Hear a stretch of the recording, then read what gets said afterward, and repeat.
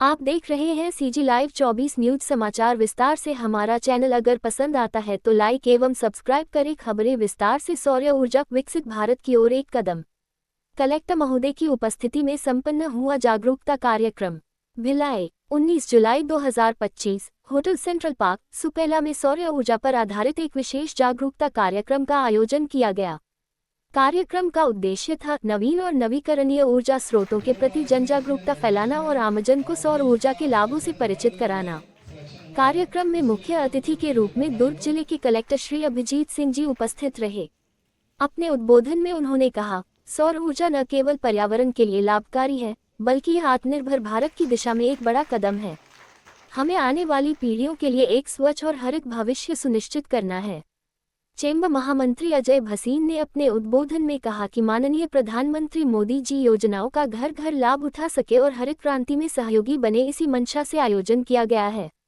सभी व्यापारी इन योजनाओं को समझकर अपने अपने व्यवसाय क्षेत्र में सौर ऊर्जा का उपयोग बढ़ाए।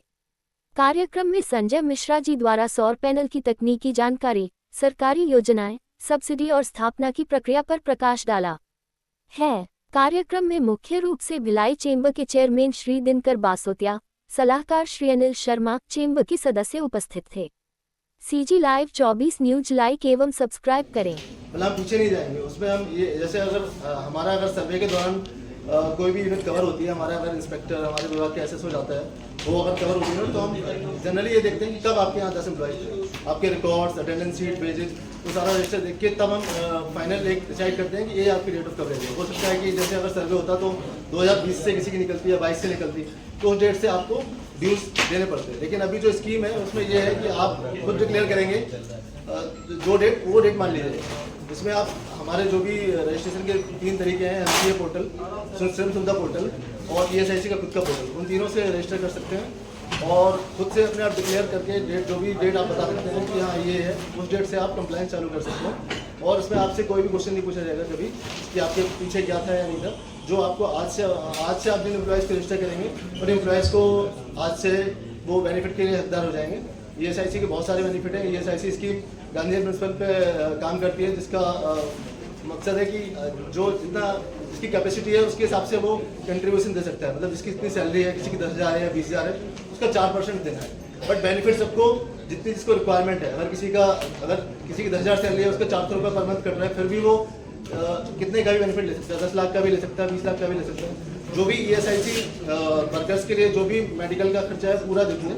अगर ईएसआईसी के बाद खुद के पास सुविधाएं हैं हॉस्पिटल में या डिस्पेंसरी में तो वहाँ से मिलती है। अगर वहाँ पे नहीं है तो हमारे इंपेरियल हॉस्पिटल है, वहाँ से सुविधाएं मिलती हैं। तो ये है मेन।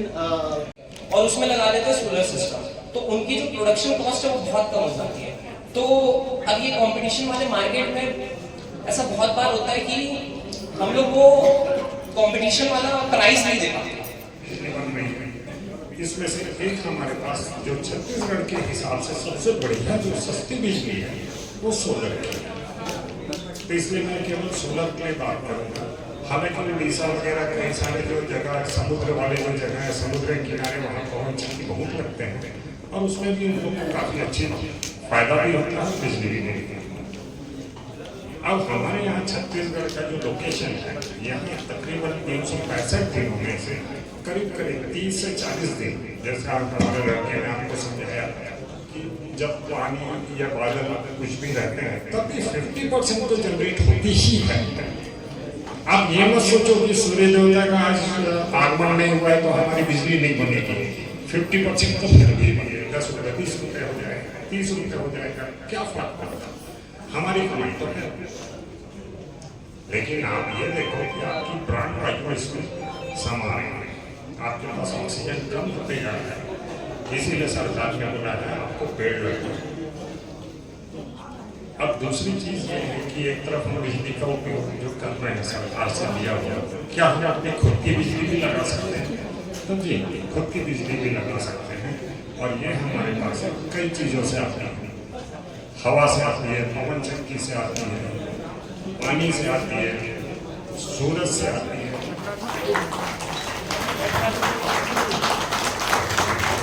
मैं संजय मिश्रा सर को भी ऊपर बुला रहा हूँ मंच पर। आपका भी हम सम्मान स्वागत करेंगे। निहाल सर आप भी आ जाएं।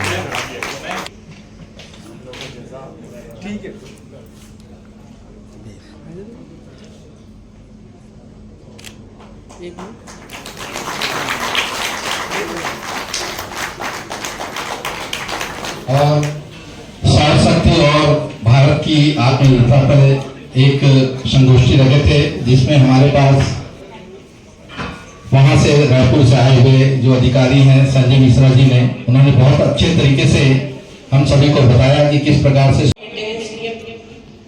Finance option. बहुत सारे लोग ये सोचते हैं कि हमारा तो रनिंग कैपिटल है, हम बिजनेस से निकाल कर ये सब में डालेंगे तो हमारा business। न्याय सर को भी दीजिए।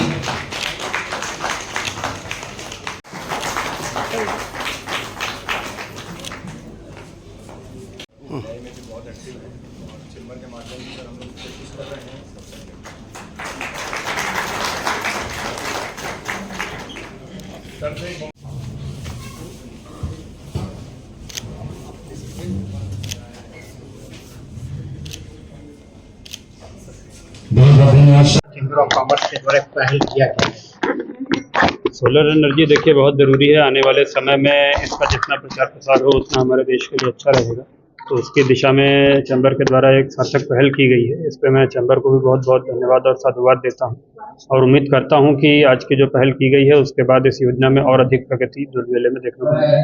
सर, दुर्ग जिले में जिस तरह से पीएम सूर्य घर की कमी है, जिस तरह से लेके जा रहे हैं, फ्लैश प्लांट ने शुरुआत की थी कुछ और जगहों में, इसको किस तरह से आप जागरूकता लाएंगे आगे? दुर्ग जिले में इसके लिए अच्छा काम हो रहा है। आप छत्तीसगढ़ प्रदेश में देखेंगे तो दुर्ग जिला इसमें अग्रणी है, लेकिन हमारी कोशिश है कि इसमें और अधिक बढ़ावा मिले और ज़्यादा इसका प्रचार प्रसार हो। और अभी जैसे राज्य शासन ने इसमें सब्सिडी का निर्णय लिया है, तो उसके बाद इसमें और अधिक प्रगति आने की पूरी उम्मीद है। चैम्बर का भी हमें पूरा सहयोग मिल रहा है, तो हम लोग उम्मीद करते हैं कि आने वाले समय में इसमें और अधिक प्रोग्रेस आपको देखने को मिलेगी। सर, नैनो डीएपी की क्या कंडीशन है सर जिले में? नैनो डीएपी का दिया जा रहा है, डीएपी की थोड़ी शॉर्टेज है, उसके एवज में नैनो डीएपी और दूसरे उर्वरकों की व्यवस्था कराई जा रही है ताकि किसानों को दिक्कत ना हो और जो खेती का सीजन है उसमें कोई किसी प्रकार की कोई समस्या नहीं।